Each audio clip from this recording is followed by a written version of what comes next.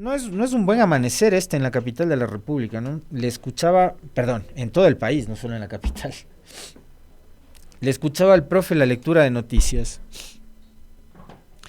Y creo que en esa lectura de noticias, digamos, uno no puede entender, ¿no? Porque complicado ponerse en los zapatos de las personas que lo vivieron y lo vivieron de cerca.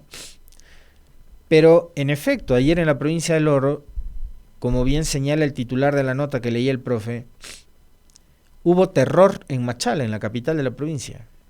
Ataques con explosivos dejan un muerto y varias casas destruidas en la capital de la provincia del Oro. Eso recogen los medios de comunicación nacionales, ¿no? Y esta noticia ocurre justamente, y la conocemos, además de esto, digamos, no es, wow, hubo un ataque en Machala, no. Esto ya parece algo normal en este país, lo cual además es realmente terrible, ¿no? Que terminemos normalizando de esa manera la violencia. Que a mí, por ejemplo, ya no me parezca extraño, como por ejemplo lo que le sucedía a Alicia, que dice, oh, amanezco y tengo luz, wow, qué milagro. Que amanezcamos y, uy, una explosión en Machala, como que si no hubieran existido explosiones en Guayaquil, en Quito, en Durán. O no, ya nos olvidamos lo que pasó en Cristo del Consuelo, en Guayaquil.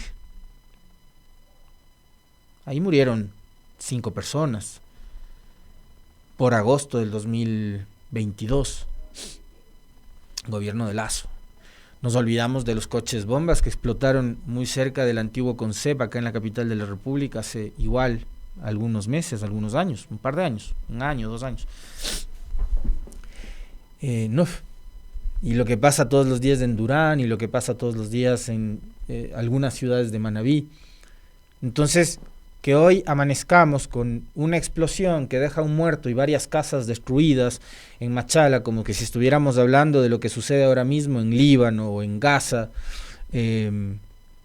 parecería ya normal en este país. Y esto es una verdadera locura, ¿no? Que normalicemos estos hechos. Pero así nos despertamos. ¿Por qué? Porque la inseguridad no da tregua, porque la violencia no da tregua y porque las bandas delincuenciales parecería que entienden que en este país pueden andar a sus anchas y hacer lo que les viene en gana porque sí, pues, porque no hay seguridad, porque no hay presencia policial, porque no hay operativos, patrullajes, porque no hay presencia del Estado. Y esto no es algo que pase ahora específicamente, esto es algo que termina siendo el resultado de un proceso sistemático de destrucción de lo público y del Estado. Es un tema que acá lo hemos abordado una infinidad de veces, que a ratos seguramente a muchos de ustedes o a algunos de ustedes le puede resultar hasta cansón, pero desmantelaron el Estado, desmantelaron ministerios encargados de la seguridad, varios ministerios, y los resultados son estos, ¿no? Dejaron de invertir en sistemas muy eficientes de vigilancia, como por ejemplo el del ECU 911, sistema que además durante el gobierno de Lazo, esto fue noticia, no me lo estoy inventando yo, ustedes googleen nomás, y a propósito de los descubrimientos que ha hecho la Fiscalía y de cosas anteriores a partir de estos casos metástasis, se conoció que en un momento dado, el ECU 911 estuvo operando al servicio de bandas delincuenciales y de criminales, a quienes les pasaban reportes de movimientos, entre otros, de Fernando Villavicencio. ¿Se acuerdan? Bueno, pues, si no se acuerdan, algunos seguramente no van a tener siempre en la memoria estas cosas, pero yo sí me acuerdo. Entonces dejaron de invertir en seguridad y hoy pasan cosas como estas, ¿no? Una noche de terror se registró en Machala este martes 22 de octubre. Eran aproximadamente las 23:20 cuando un fuerte sonido se escuchó en diferentes sectores de la ciudad, llenando de intranquilidad a la población. A los pocos minutos se confirmó que se trataba de un nuevo ataque terrorista que dejó una persona fallecida y varios heridos y al menos 4 viviendas severamente afectadas. El ataque ocurrió en las calles Vela y Octava Norte, lo que provocó una fuerte onda expansiva que destrozó ventanas y causó pánico entre los vecinos del sector. El estruendo fue tan fuerte que nos despertamos todos asustados. Parecía el fin del mundo, relató una mujer que reside a escasos metros del lugar del atentado. El impacto de la explosión rompió los vidrios de varias casas cercanas mientras los escombros volaban por los aires, según algunos testigos. Las autoridades sospechan que individuos aún no identificados habrían colocado un artefacto explosivo en la entrada de una de las viviendas. Poco después del ataque, la Policía Nacional acordonó el área para iniciar las investigaciones. Estos son datos que recoge la publicación de Diario El Universo, para citar la fuente como corresponde, ¿no? Y con esta noticia, digamos, se fueron a intentar dormir ayer los hermanos orenses, la gente de Machala, y con estas noticias nos despertamos nosotros en el Ecuador, ¿no?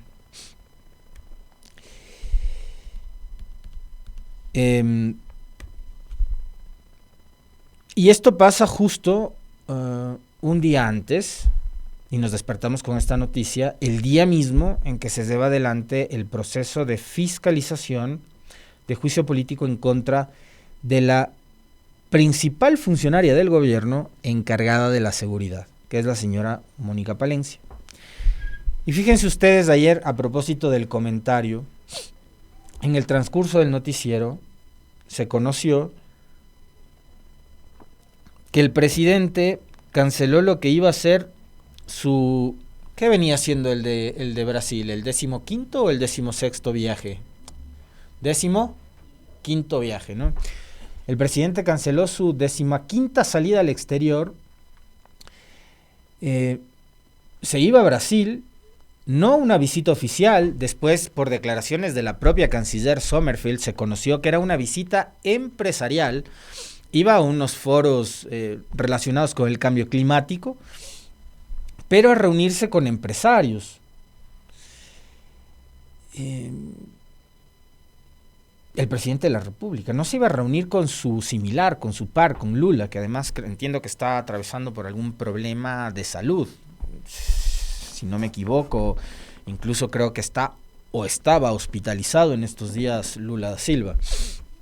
Pero no era una visita oficial. No iba a ser recibido ni por Lula ni por ningún alto funcionario del gobierno de Brasil. Entonces, ¿para qué se iba a Brasil si era una cita empresarial? Podía haber mandado a alguno de los directores o gerentes de las empresas del papá, si era una visita empresarial. O por último, y si el Estado ecuatoriano tenía muchos intereses de asistir a una visita empresarial, podía haber enviado al nuevo ministro de la producción, o a la canciller Sommerfeld, que es la que finalmente se va. Y cuando dice que se queda el presidente Noboa, que ya no se va del país, en medio además de una profunda crisis multifactorial, ¿no? Esta es una crisis de crisis, no es solo la crisis de los apagones, ¿no? La crisis de la inseguridad que no se termina. Por eso estamos relatando de entrada y para empezar lo sucedido en Machala, provincia del Oro. Crisis de inseguridad. Crisis política, porque ahora mismo el presidente está enfrentando, junto a su gobierno, el proceso de fiscalización y juicio político contra una de sus principales figuras del gabinete, que es la señora Palencia. Y que eso merita además un comentario largo y extenso aparte, que ya lo vamos a profundizar, para entender por qué es tan fuerte y tan potente la figura de Mónica Palencia, más allá de que los resultados que exhibe al frente del Ministerio del Interior son paupérrimos, ¿no? ¿Por qué es tan importante para Noboa la señora Palencia? Hay que buscarle una explicación a eso. Probablemente muchos de ustedes, así como me pasaba a mí, que le he dado vueltas a esto, yo no encontraba una respuesta, ¿no? Sí, me parece que es una de las funcionarias más ineficientes que tiene el gobierno. Y decide quedarse en el país no por la crisis energética, no por la crisis de múltiples factores que enfrenta el país, la crisis de inseguridad, la crisis ahora también que tiene que ver con la situación económica, a pesar de que el gobierno se niega a aceptar lo que está sucediendo, que no hay despidos brutales, como se ha referido la propia ministra de Trabajo, la señora Núñez, que no hay despidos brutales, pero de que los hay, los hay. Hay despidos en varias empresas. ¿Por qué? Porque las empresas están teniendo muchas dificultades al final para pagar la nómina porque no pueden producir.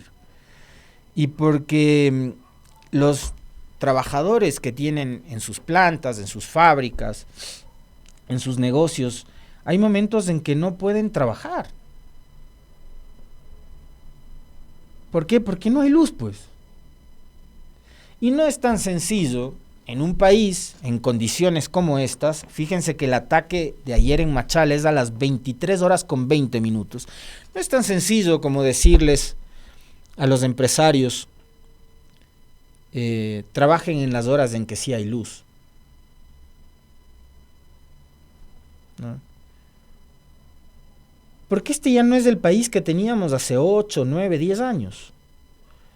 No es el país en el que uno podía de alguna manera transitar con ciertos niveles de seguridad, teniendo la confianza de que no le va a pasar nada, a pesar de que inseguridad siempre ha habido, va a haber, pero no en los niveles en los que tenemos hoy. Robos siempre ha habido, pero no en la cantidad en lo que tenemos hoy. Ni hablar, pues bueno, antes tenías la certeza de que no te iban a extorsionar, o que no te iban a secuestrar, o que no te iban a asesinar. Entonces, a un empresario, el otro día le escuchaba a un empresario de la construcción, de derechas, como la gran mayoría, y él decía justamente esto, ¿no? El costo que implicaba para su constructora, para sus negocios, el movilizar, para empezar, a trabajadores en horas de la noche, cuando ya no tienes transporte público y te tocaría a ti solventar los gastos de movilización para los trabajadores. Y por otro lado, los de seguridad. Cuando ahora los secuestros y las extorsiones están a la orden del día, o sea, no es que es una novedad, pues. Ahora cuando secuestran gente en este país, es como lo de la explosión en Machala. Dices, otra explosión. Otro secuestro. Otra extorsión. Sí, igual que a los cientos de vecinos que les extorsionan todos los días. ¿Por qué? Porque ya no nos sorprende. Porque ha sucedido lo impensable en este país, que era lo que les empezaba diciendo hoy en el comentario cuando hablábamos de este asunto de Machala. Ya hemos normalizado los niveles de violencia. Ya estamos normalizando el no tener luz. Que resulta una novedad cuando se prenden los focos en casa. ¡Ay, hemos tenido luz! Que casi nos toca celebrar el hecho de tener luz. Y frente a eso, indudablemente, me deja a mí una tan mala sensación y un pésimo sabor de boca.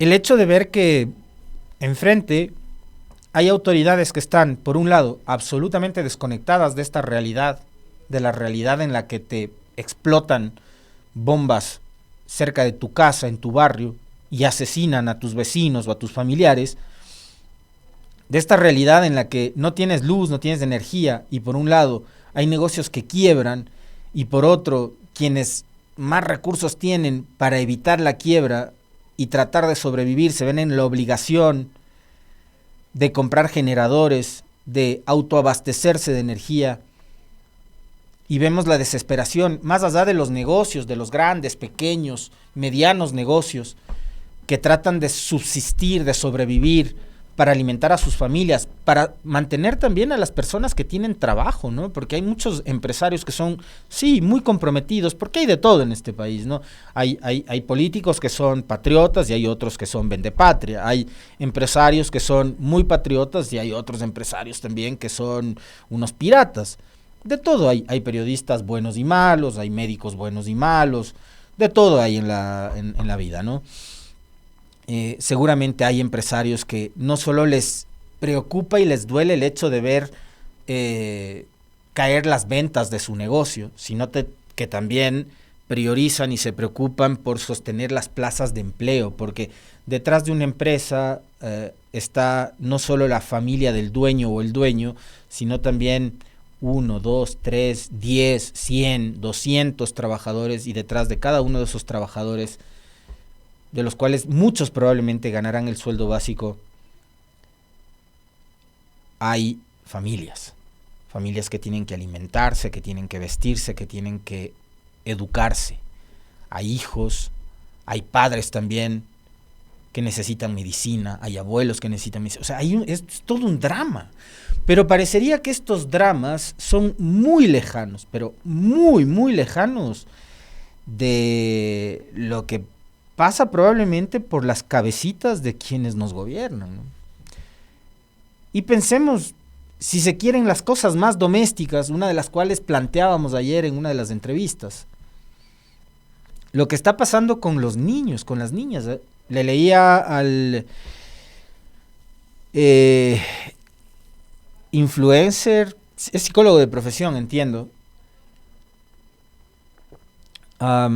radiodifusor, comunicador también, creo que más se le conoce en su rol o su faceta de comunicador que de psicólogo, a Rodrigo Padilla. Ustedes le recordarán que junto a Zalal Dubá hacían este programa La Combi.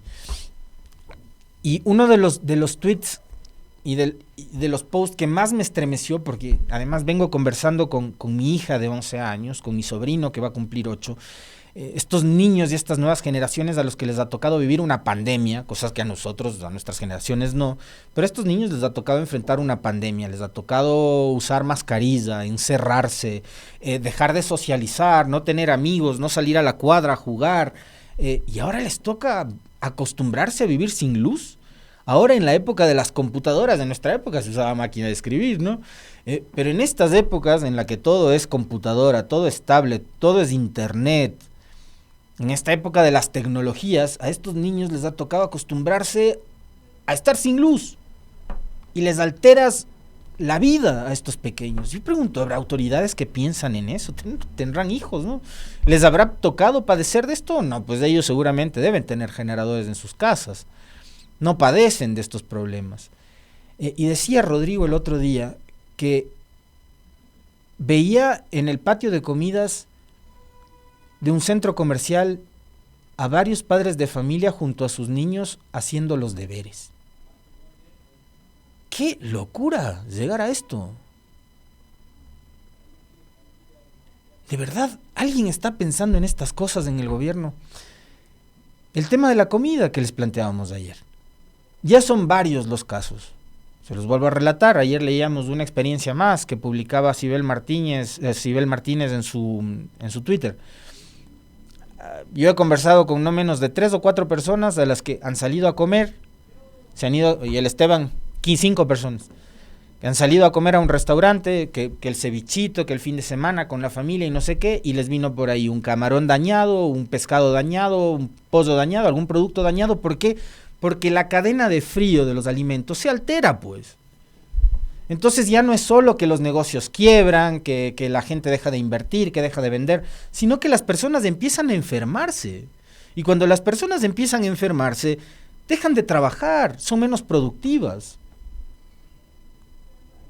Y no hay nadie que piense en estos detalles, de verdad. De verdad.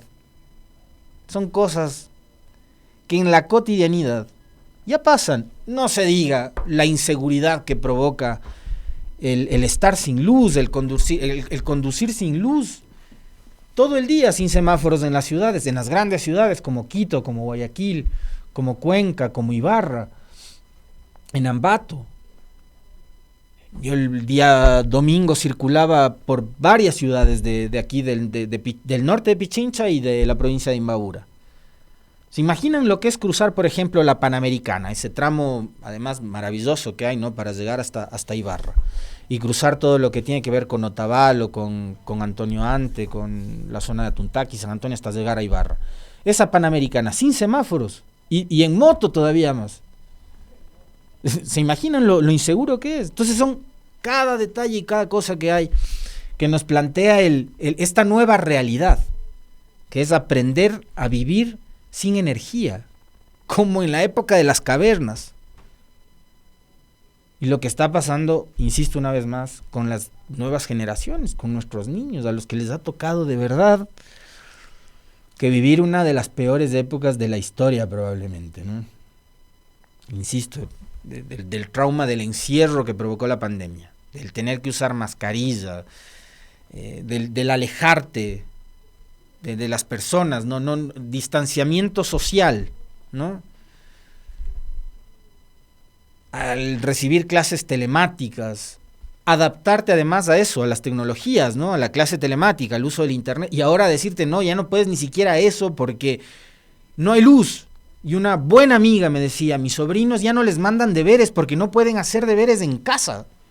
O sea, todo se les ha alterado a estos pobres chicos. Y hay alguien de verdad que piense en lo que está pasando con las familias y con la educación de los niños. No, de verdad que a mí por lo menos sí me inquieta y me duele profundamente, ¿no? Yo en las conversaciones que tengo les decía, con mi hija y con mi sobrino es conmovedor, pues, es conmovedor. Quienes tienen calentadores de agua en casa, eléctricos, tener que bañar a los niños calentando agua en ollas y bañarles con tinas, con baldes en la ducha. En fin. Hoy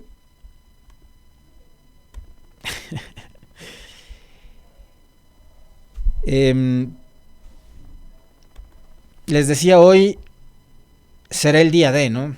El juicio político en contra de la señora Mónica Palencia, ministra del Interior. Como les comentaba, trataba de entender y le he dado muchas vueltas para tratar de tener más claro sobre cuál es el rol que desempeña Palencia al frente del Ministerio del Interior. Y podemos revisar datos, ¿no?, sobre qué es lo que nos deja el paso de Palencia al frente del Ministerio del Interior. Esta es una nota publicada en la web de Radio Pichincha. Inseguridad insostenible.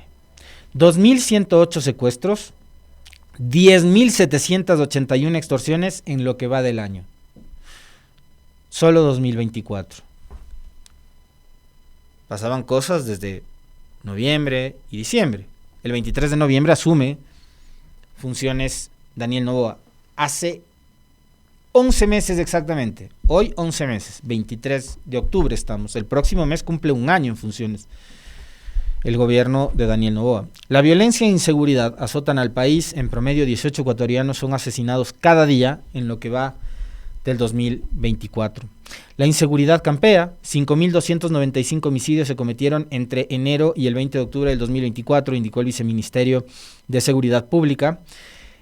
Es decir, en promedio, hubo 18 asesinatos diarios, que ubica ya al 2024 como el segundo año más violento en toda la historia, después de lo que fue el 2023.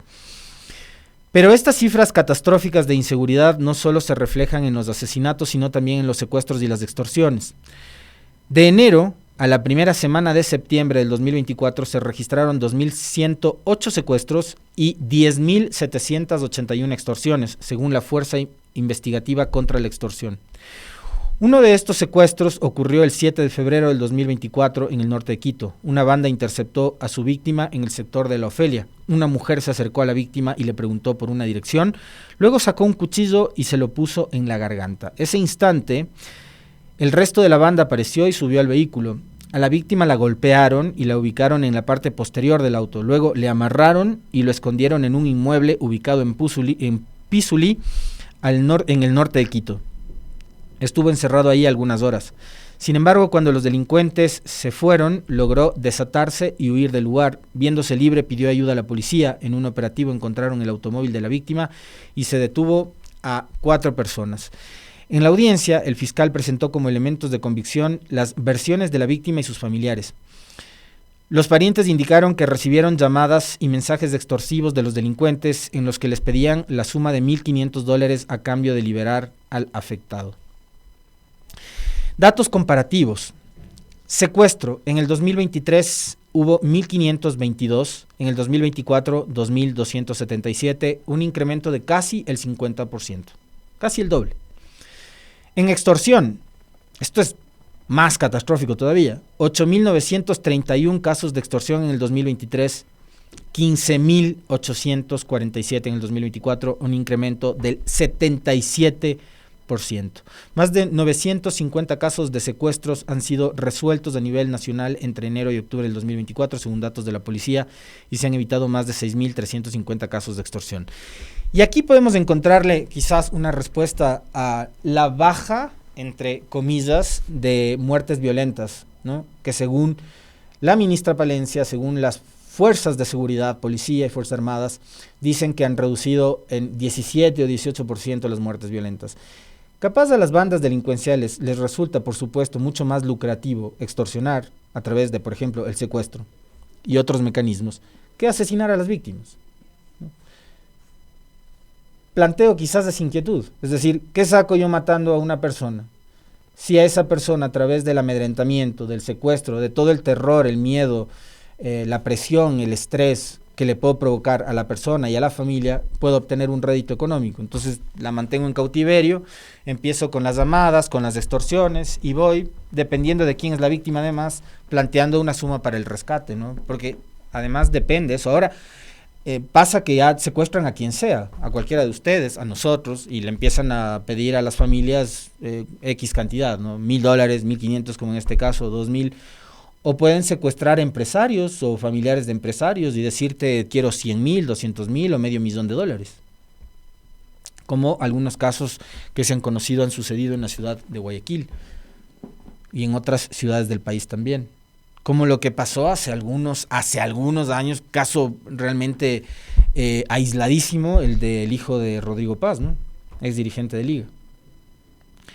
Entonces, ahí podríamos encontrarle quizás una respuesta a por qué se incrementaron estos otros delitos, la extorsión y los secuestros, y bajaron los asesinatos, porque seguramente a estas bandas criminales les resulta, insisto, más lucrativo extorsionar a partir del secuestro, que además te puede facilitar obtener recursos económicos, que coger y matar a la víctima, pues, ¿no? Y así por el estilo, delitos y el incremento, gracias por este dato, al querido amigo Daniel Granja. Lo que nos deja de enero a septiembre: 4.845 muertes violentas, que corresponden a asesinatos, homicidios, femicidios y sicariato. 20.961 robos a personas, 12.801 robos de motos, 8.050 robos de carros, 16.804 extorsiones. Esos son los datos que deberá exhibir hoy la ministra Palencia durante el proceso de fiscalización. El procedimiento obliga que los interpelantes, todo esto arranca, digamos que 9 de la mañana. De ahí el secretario de la Asamblea va a leer el informe de la Comisión de Fiscalización, se tomará una hora, hora y media, es larguísimo, ¿no? Es un trámite con el cual hay que cumplir, pero es larguísimo y aburridísimo además, y nadie presta atención. Ustedes, mientras el secretario está leyendo el informe, van a ver que los asambleístas se pasean, hablan, entran, salen del pleno de la asamblea, y los periodistas igual están que se pasean por los salones y la pecera de la asamblea. Después de eso, sí, por supuesto, pasa que los interpelantes tendrán cada uno, en este caso la legisladora Paula Cabezas y el asambleísta Leonardo Berresueta, 2 horas cada uno, es decir, 4 en total. Si es que los utilizan, tendrán 4 horas en total para exponer sus pruebas de cargo en contra de la funcionaria señalada, quien a su vez tendrá 3 horas para responder los señalamientos y las acusaciones que planteen los interpelantes. La señora Palencia va a tener 3 horas y una adicional al final, como 1 hora tendrán también los otros 2 legisladores, es decir, se sumarán 3 horas adicionales. Esto va a ser una jornada larguísima, y me parece que en este caso sí va a ser mucho más largo de lo que fue, por ejemplo, el proceso de juicio político en contra de Guillermo Lasso, que recordarán ustedes, Guillermo Lasso, de las 3 horas que le faculta la ley orgánica de la función legislativa y la Constitución, utilizó apenas 40, 45 minutos. Me parece que acá, por el tema de datos, de cifras y la coyuntura, me da la impresión de que va a ser distinto, y que la señora Palencia, no sé si va a utilizar las 3 horas, pero seguramente va a usar más de los 45 minutos que utilizó Guillermo Lasso. La pregunta es, ¿qué va a pasar al fin, ¿no? Y a esta hora se ha especulado mucho con respecto de cuál va a ser la postura que van a tener los bloques de Construye, del Partido Social Cristiano. Como bien les decía yo ayer y en estos días, fijos están los votos de la Revolución Ciudadana, fijos estarán seguramente los votos de Pachacutic, pero con Construye y con el PCC no se sabe. Y yo no soy ni adivino, ni tengo una bola de cristal, ni me voy a poner a especular acá. Hubo 89 votos. Lo único que sabemos es que hubo 89 votos para decir en el Pleno que sigue el juicio político, y esos 89 votos, de mantenerse, les faltan 3 más para que la señora Palencia sea o no censurada y destituida. Habrá que ver si los 89 se mantienen y si es que alcanzan a lograr esos 3 que les faltan para la destitución y censura de la funcionaria. Ahora yo les planteaba, ¿por qué Palencia es tan importante para Noboa si es que los resultados son tan malos? A mí me da la impresión de que es por una razón. Yo no conozco mucho la realidad, que además es totalmente distinta, porque al fin y al cabo, Quito y Guayaquil son dos mundos muy aparte, ¿no? Vivimos de manera diferente, a ratos pensamos, trabajamos, actuamos de manera diferente. Somos un mismo país, pero Quito y Guayaquil tienen otras lógicas, indudablemente. A mí me da la impresión de que Mónica Palencia le ha significado tender puentes al gobierno de Daniel Noboa con sectores de la élite guayaquileña, específicamente guayaquileña. No voy a decir élite intelectual, porque sería bastante generoso ubicar en ese espectro a gente como Carlos Vera, pero sí ha significado Mónica Palencia un puente para un gobierno como el de Noboa y para un personaje como Noboa, que era muy resistido por gente como Vera, por ejemplo, durante la elección anterior, que se negó incluso a entrevistarle a Noboa, recordarán ustedes, y que ahora es muy afecto a Noboa. Entonces Mónica Palencia sí ha significado un enlace con ciertas élites académicas. Hay varias universidades, no se olviden que la señora Palencia salió de la UES. Y hay muchos académicos que ahora le están haciendo y sirviendo al gobierno de voceros en varios medios de comunicación. Entonces hay élites académicas, empresariales, periodísticas, de Guayaquil, que no eran afines y que no eran afectas a Noboa y que probablemente en la elección anterior estaban mucho más cerca a personas como Topic o como Villavicencio y que ahora militan en el novoísmo. El caso más patético de todos, indudablemente, es el de Carlos Vera y del círculo de Carlos Vera. Carlos Vera se resistía a entrevistar a Noboa. Carlos Vera era villavicencista ese momento. Más cercano a Topic, a quien le reclamaba tener a Diana Jácome como candidata vicepresidencial por su cercanía con el correísmo. Y hoy Carlos Vera está militando en el novoísmo, permanentemente. Entonces, a mí me da la impresión de que eso significa Mónica Palencia.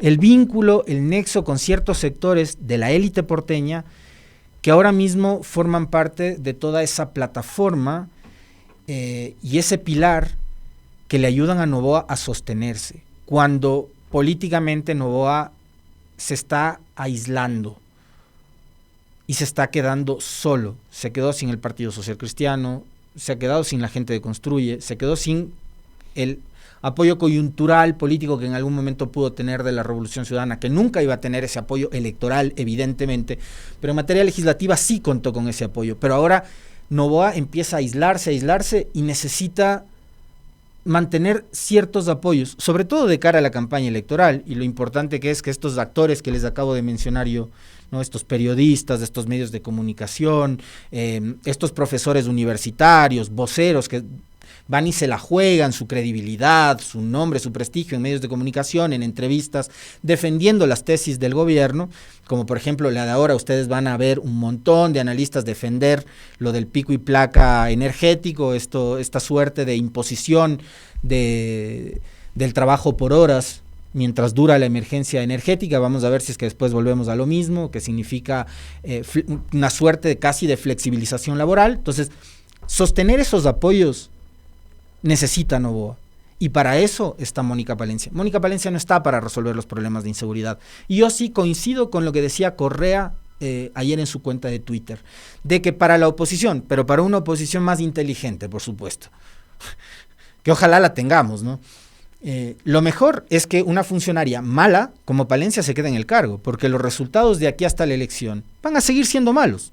Entonces, combatir un gobierno que busca la reelección con pésimos resultados en inseguridad termina siendo muy positivo para una oposición, pero para una oposición que sea mucho más proactiva, más inteligente, más estratégica. Desde luego, yo estoy totalmente de acuerdo con lo que plantea Correa. Para la oposición es mejor que se quede Palencia.